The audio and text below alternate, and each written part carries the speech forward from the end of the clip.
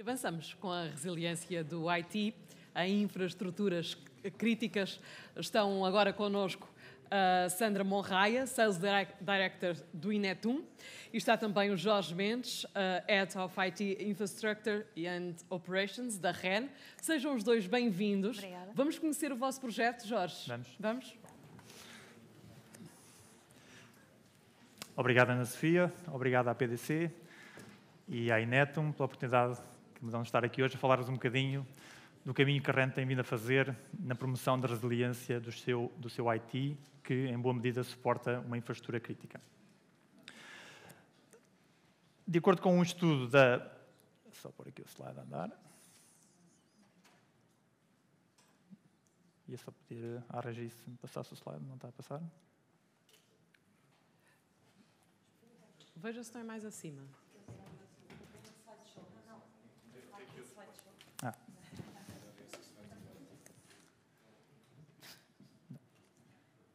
É um teste à resiliência. Não está. Neste caso não funcionou. Boa. Esteve em pausa, Ok, estava a descansar. Ok. Boa. De acordo com um estudo da PwC deste ano, apenas 2% das organizações aplicaram todas as medidas de controlo consideradas necessárias para assegurar que os seus negócios estão protegidos. Apenas 2%. 2% é um valor ínfimo, preocupante, mais ainda se tivermos em consideração que por trás destes estudos estão mais de 4.000 empresas em mais de 70 países, boa parte delas da Europa e boa parte delas operadores de infraestruturas críticas. Portanto, isto deve-nos preocupar. Antes de vos falar daquilo que a REN tem vindo a fazer para não fazer parte desta estatística negra, deixem-me falar-vos um bocadinho daquilo que é a REN, o que é que a REN faz, aproveitando esta oportunidade aqui convosco. A parte mais visível da REN são os postes que nós vemos aí em Portugal, mas há muito mais para além disso. Começando pelo setor da eletricidade, esta é a cadeia de valor do setor da eletricidade e a REN, neste domínio, opera na componente de transporte. Portanto, temos a geração, o transporte, a distribuição e o consumo, e a REN funciona no transporte. Esta é a nossa rede. A rede da REN é o backbone da energia elétrica em Portugal, portanto, que conduz a energia que vai desde os grandes centros produtores até à rede de distribuição e aos grandes clientes. A este nível temos 3 funções principais. Fazemos a gestão da própria rede, a Rede Nacional de Transporte, fazemos a gestão técnica de todo o sistema elétrico e fazemos uma coisa que é a mais desafiante de todas, que é o equilíbrio em tempo real entre a procura e a oferta. Às vezes, um bocadinho de jeito de brincadeira, costumamos dizer que trabalhamos com a mercadoria mais perecível de todas. Não são as alfaces do supermercado, são os eletrões. Os eletrões que estão a ser dissipados nestas luzes que vemos aqui estão a ser produzidos neste mesmíssimo momento. Não há armazenamento. E isto é um desafio brutal, porque isto implica que haja um equilíbrio em tempo real que a REN faz. Passando para o setor do gás, aqui há um paralelismo, mas com uma diferença. Como não temos produção, importamos gás e, portanto, além da operação da rede de transporte de gás e da gestão da rede, a gestão técnica da rede de gás e da gestão também do consumo, fazemos a gestão do armazenamento das reservas estratégicas do país e da recepção de gás por via marítima através de um terminal em Sines. Esta é a nossa rede de gás e, portanto, com estas funções de que vos falava. Ainda no domínio do gás, a REN tem um dos operadores de distribuição mais relevantes no país, que é a Portgás, em que fazemos a distribuição de gás natural até aos clientes industriais e domésticos na zona Porto, Braga e Viana do Castelo. Esta é a cadeia de valor, esta é a nossa rede e estas são as funções na componente de distribuição. Para além disso, e porque isto também é o Congresso das Comunicações, operamos no negócio das telecomunicações, temos um operador de comunicações interno dentro da própria empresa, trabalhamos muito no business to business e temos alguma presença internacional onde gerimos tanto infraestruturas de transporte de eletricidade como infraestruturas de transporte de gás no Chile. Feita a apresentação e percebendo-se a partir daqui porque é que a REN é um operador crítico, vamos ao tema central. Na REN utilizamos, e na gestão do IT da REN, utilizamos vários frameworks de referência para a nossa gestão de sistemas de informação, mas no que diz respeito à resiliência, utilizamos uma em particular que é a NIST, que vai na sua versão 2.0, que é um referencial, uma framework americana e que é muito vocacionada para empresas altamente digitalizadas e especialmente empresas que operam serviços críticos. A NIST tem uma série de domínios, tem 5 e agora vem um sexto. Eu começo não pelo primeiro, não pelo mais natural, mas pelo segundo, que é o da proteção. Proteger aquilo que nós normalmente fazemos bem, não sei se o microfone está a funcionar, fazemos bem, e aqui tem alguns exemplos, são clássicos, de como é que nós fazemos proteção. Temos antivírus, temos firewalls, sensibilizamos os utilizadores, e é aqui que normalmente nos focamos, e é por isso que esta surge destacada. Mas há muitos outros domínios que estão previstos nesta framework, em que nós não somos assim tão bons. O primeiro é no identificar, nem sempre conseguimos identificar bem os ativos que temos e qual a relevância que esses ativos têm para o nosso negócio. Depois protegemos aqueles ativos que achamos que temos. Não somos tão bons a detectar os problemas que esses ativos podem ter.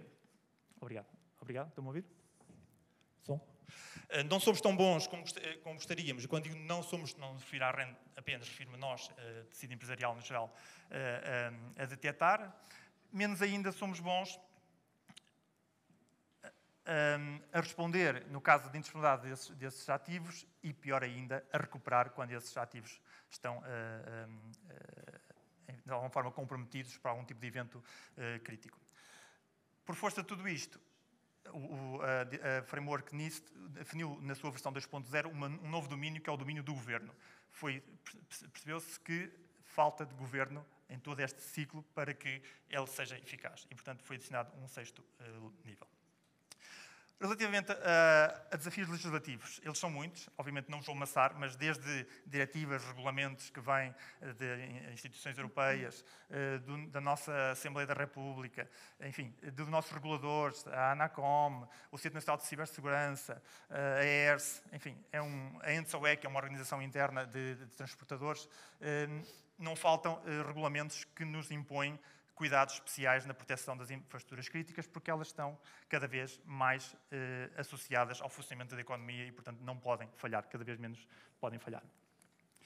Já agora, aqui uma pequena chamada de atenção, a diretiva NIS, que é uma diretiva que se tem falado muito nos últimos tempos e que foi transposta, ou melhor, está em vias de transposição depois da publicação em Diário da República, mas foi aprovado muito recentemente o projeto de lei que a transpõe, refere de forma explícita a necessidade dos operadores de infraestruturas críticas terem capacidade de recuperação de desastres, okay? O que nos levanta aqui uma bandeira especial sobre o tema da resiliência.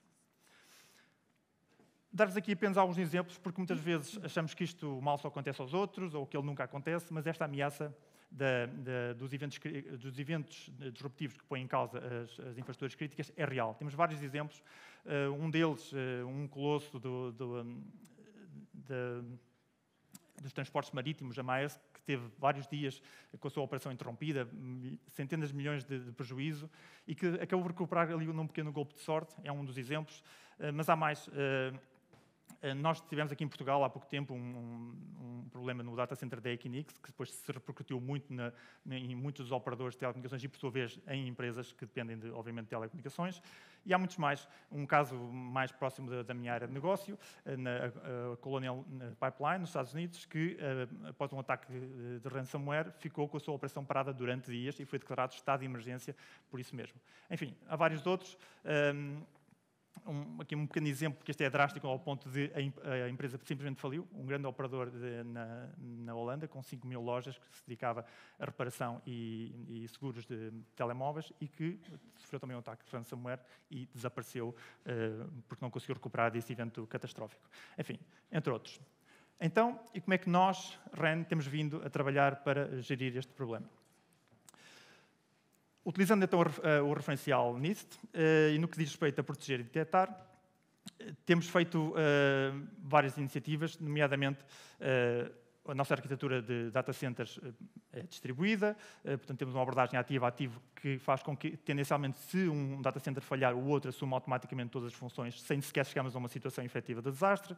Temos investido muito em plataformas de monitorização e de alerta multicanal, bastante também na parte de sensibilização dos utilizadores. Todos nós sabemos, são palavras gastas, mas são verdadeiras por isso mesmo. O utilizador é o elo mais fraco. Temos feito muito trabalho nessa matéria de sensibilização e de colocar o utilizador na linha da frente da nossa estratégia de ciberresiliência. Em termos de gestão de infraestrutura, obviamente, em termos de arquiteturas, adotar uma abordagem de Zero Trust para desconfiarmos de tudo o que é exterior a nós. Na componente de gestão de acessos, autenticação forte em tudo o que são serviços disponíveis ao utilizador final e expostos à internet.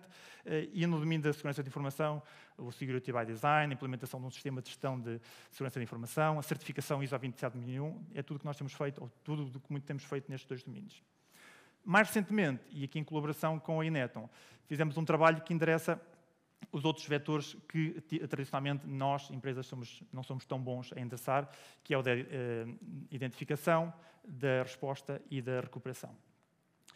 Começamos por fazer um inventário de nossos ativos, quando, obviamente, tínhamos um inventário de nossos ativos, acredito que também vocês o tenham, mas uma coisa é ter um inventário dos ativos, outra coisa é ter um inventário que diz que ativos temos, que seja completo e que nos diga o que é que esses ativos fazem para o nosso negócio. Isso é uma coisa bastante diferente. Este mapeamento entre ativos e negócio é algo que tradicionalmente não é tão bem conseguido. Fizemos esse trabalho. Depois, com base nesse mapeamento entre ativos e negócio, fizemos um Business Impact Analysis, ou seja, percebemos qual é que era o impacto que cada um desses ativos de informação tinha no nosso negócio. Seguidamente, partimos para o plano de recuperação de desastre. Obviamente, tínhamos um plano de recuperação de desastre, mas era um plano de recuperação de desastre que não estava baseado nos fundamentos sólidos como estes que foram criados, entretanto, com esta reinventariação e com este mapeamento em riscos para o negócio. Depois, fizemos um plano de recuperação tecnológica, aqui isso é uma vertente um bocadinho mais técnica, portanto, de descrever tudo que são procedimentos operacionais de recuperação tecnológica dos nossos sistemas de informação. E, por fim, implementamos um sistema de gestão de recuperação de desastre, que, obviamente, inclui um manual de gestão desse sistema. Este instrumento final é um instrumento muito relevante, porque é aquele que depois faz a colagem entre o que é o IT e o que é o negócio. Porque até esta fase nós somos muito vistos como tecnólogos, isto são temas lá do IT, o que é que isso nos diz para o negócio. Este manual ajuda muito nesse trabalho. Termino dizendo que no último ano, 2025, foi possível criar ou desenvolver, à luz deste sistema de gestão de recuperação de desastre, mais de 70 novos procedimentos operacionais de recuperação de desastre, ou seja, são instruções que nós criamos ou evoluímos que nos vão permitir, numa situação de desastre, atuar de forma eficaz, estruturada e fluida. E fizemos, este é porventura o número mais sonante para mim, 23 testes de recuperação de desastre. Fazer um teste de recuperação de desastre, digam vocês nas vossas organizações, ou pensem para vocês mesmos, mas não é fácil. Não é fácil porque é sempre visto como um empecilho. É como fazer o ensaio de fuga, quando se toca a sirene de fuga porque há um incêndio. Todas as pessoas, que chatice, lá vou ter que descer o edifício, lá vou ter que parar 2 horas. E eu estava aqui a fazer o meu relatório que tinha que entregar para amanhã e vemos isso com aversão. Acontece o mesmo na recuperação de desastres. Pouca gente está disponível para isso. Okay? E este ano nós conseguimos fazer 23. Obviamente, testes uns mais limitados em âmbito e outros mais abrangentes, mas foram feitos 23 testes. Até então, eram feitos 3, 4, 5 testes por ano e, invariavelmente, não com o objetivo de nos preparar para um cenário de desastre, mas ao arrepio de intervenções de manutenção, em que tínhamos que passar o serviço do site A para o site B e já agora vamos testar o procedimento de recuperação de desastre. Mas agora não, isto passa a ser parte da nossa cultura e é algo que vamos, obviamente, querer aprofundar e aculturar ainda mais para o futuro.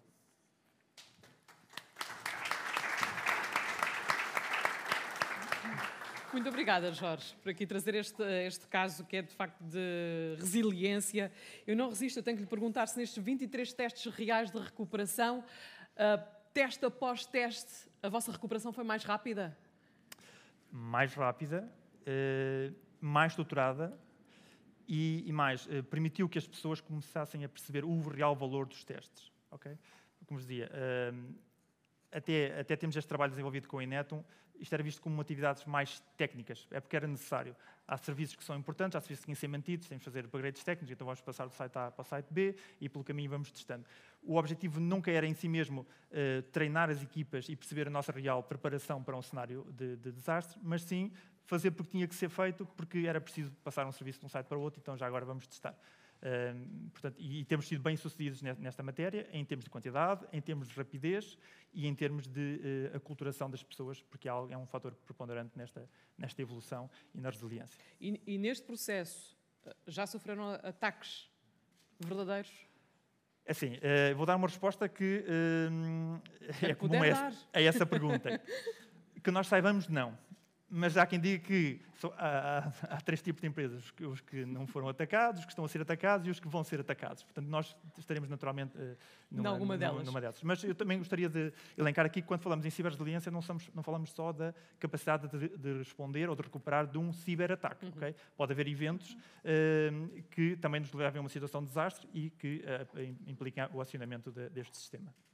Sandra, o Inetum acaba por ser um parceiro tecnológico muito importante junto das empresas, mas o Jorge apontou ali um dado, 2% apenas das empresas implementam estes planos de resiliência. O que é que têm observado por parte das empresas portuguesas? A verdade é que o que temos observado é que as empresas estão cada vez mais preocupadas com o tema da resiliência, também devido a vários fatores. A resiliência, e aqui nesta audiência toda a gente sabe mais ou menos o que é, mas de uma forma simplista, é a capacidade de uma organização de recuperar rapidamente e de conseguir, no fundo, quando tem ataques e adversidades, responder rapidamente de maneira a manter a continuidade do negócio. Ainda na semana passada estava a ler um artigo da Forbes que definia aquilo que se passa à data de hoje.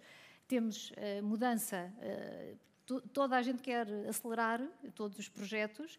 A verdade é que os riscos são cada vez mais diversos e a resiliência passou a ser um eixo estratégico da competitividade. Portanto, basicamente, é importantíssimo. Começamos agora a ver que, para além destes desafios, como, por exemplo, o slide que o Jorge apresentou há pouco, com aqueles exemplos de recortes de jornal de várias empresas que foram atacadas, o mais chocante foi uma empresa que simplesmente não conseguiu reagir e, perante um ataque de ransomware, pura e simplesmente faliu.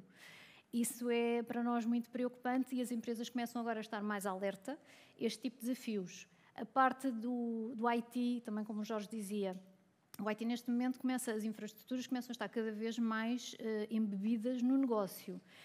As novas regulações, estavam ali várias, mas agora surgiram novas, como a DORA, como o NIS 2, que também o Jorge mencionou. Isto tudo tem ajudado a consciencializar mais o mercado para a necessidade da resiliência, para as empresas se capacitarem para poderem também se tornar muito mais competitivas. Jorge, a REN já está mais experiente nesta área. Nós estamos num evento, no Evolve, que é dedicado à transformação digital, à inovação. Como é que estes conceitos se ligam precisamente com a resiliência e a gestão dessa resistência? Ok. Em tecnologias de informação é muito normal nós utilizarmos aqui uma imagem típica que é do iceberg, em que temos uma parte à tona, que é visível, e uma parte muito maior que está submergida e que não se vê. A ligação faz-se por aí, ou seja, nós temos visto aí ao longo do dia de hoje alguns casos de sucesso de transformação digital por via de novas aplicações, novas formas de trabalhar, novos serviços aos utilizadores finais. Essa é a parte visível, mas para que essa parte funcione, há uma parte invisível, são as infraestruturas, são os sistemas, são as redes, e que têm que fazer parte desta transformação digital. Seria altamente irresponsável focarmos apenas na parte superior do iceberg, na parte visível, e trabalhar a transformação digital por aí, e descurar a transformação digital da parte que não se vê. E, portanto, a ligação faz-se por aí. Já agora, aproveitando aqui o momento, não sei se vocês têm acompanhado as notícias, mas ouvi dizer que houve um apagão aqui há uns meses. Ninguém ouviu. Ouvi dizer. Não, okay. Pois bem, a maneira que a REN teve de lidar com esse apagão implicou a utilização de ativos de sistemas de informação. Um deles, o mais sonante, é a nossa rede de telecomunicações de segurança. A rede de telecomunicações de segurança foi uma das ferramentas digitais que permitiu a REN recuperar e restabelecer a rede. Se nós não tivéssemos tratado esse ativo digital, esse sistema de informação, numa lógica de resiliência by design, ou seja, em termos de arquitetura, em termos de forma de gestão, seguramente naquele dia teríamos tido problemas, e a REN não teve qualquer problema do ponto de vista da sua operação por força do apagão, e teríamos tido problemas em recuperar, e isso não aconteceu. Portanto, a ligação faz por aí. A transformação digital é um todo, não apenas a parte visível, mas também a parte invisível, e faz parte dessa transformação trabalhar a capacidade de resiliência. E como disse, faz parte da própria responsabilidade. Outro dos critérios foi apontado precisamente pelo coordenador científico do Evolve como o futuro em que devemos estar concentrados, a confiança, a responsabilidade são temas que temos analisado. Mas, mesmo assim, Sandra Monraia, sabendo as empresas que é preciso, que estão cada vez mais conscientes, não fazem porque é difícil apostar na resiliência? Não tem sido fácil e até há algum tempo atrás não estava na agenda do CEO e passou a estar na agenda do CEO. Isso também tem ajudado. E as novas regulações que eu mencionei há pouco também estão a ajudar a acelerar e a ser um catalisador para esta digitalização e para esta preocupação crescente. A conformidade deixou de ser vista tanto como uma obrigação legal, mas passou a ser vista também, no fundo, como uma base, como esse tal catalisador de inovação e de competitividade. Por exemplo, a NIS 2, que falámos há pouco, cuja transposição foi aprovada agora na Assembleia da República, no fundo, uma diretiva que abrange um número muito maior de empresas e introduz medidas bastante robustas e bastante sérias em relação à cibersegurança, já com essa preocupação. E por meio da regulação também temos que fazer esse reforço junto das empresas. A NIS 2, só que dar esta nota, para nós é extremamente importante porque é muito exaustiva, é de facto muito extensa, mas acaba por ser um guião muito bem estruturado para orientar as empresas que têm essa dificuldade. Nós na Inetum temos um grupo de consultores de cibersegurança que neste momento já estão a trabalhar com algumas empresas já com essa preocupação em prol da resiliência. E que começaram de facto com um assessment inicial para verificarem quais as disparidades entre a sua real situação e os requisitos que a diretiva impõe. E neste momento já estamos a definir com eles próximos passos de curto, no fundo, ações de remediação de curto e longo prazo, bem justificados, de maneira a que acabamos por ajudar o cliente a transformar uma obrigação numa oportunidade de robustecer a sua resiliência para poder ser e conciliar inovação e segurança. E atendendo não apenas essa obrigação, mas de facto é inevitável para a própria segurança do negócio. Sandra Monraia, Jorge Mendes, agradeço aos dois terem estado connosco. Parabéns pelo vosso sucesso. Obrigada.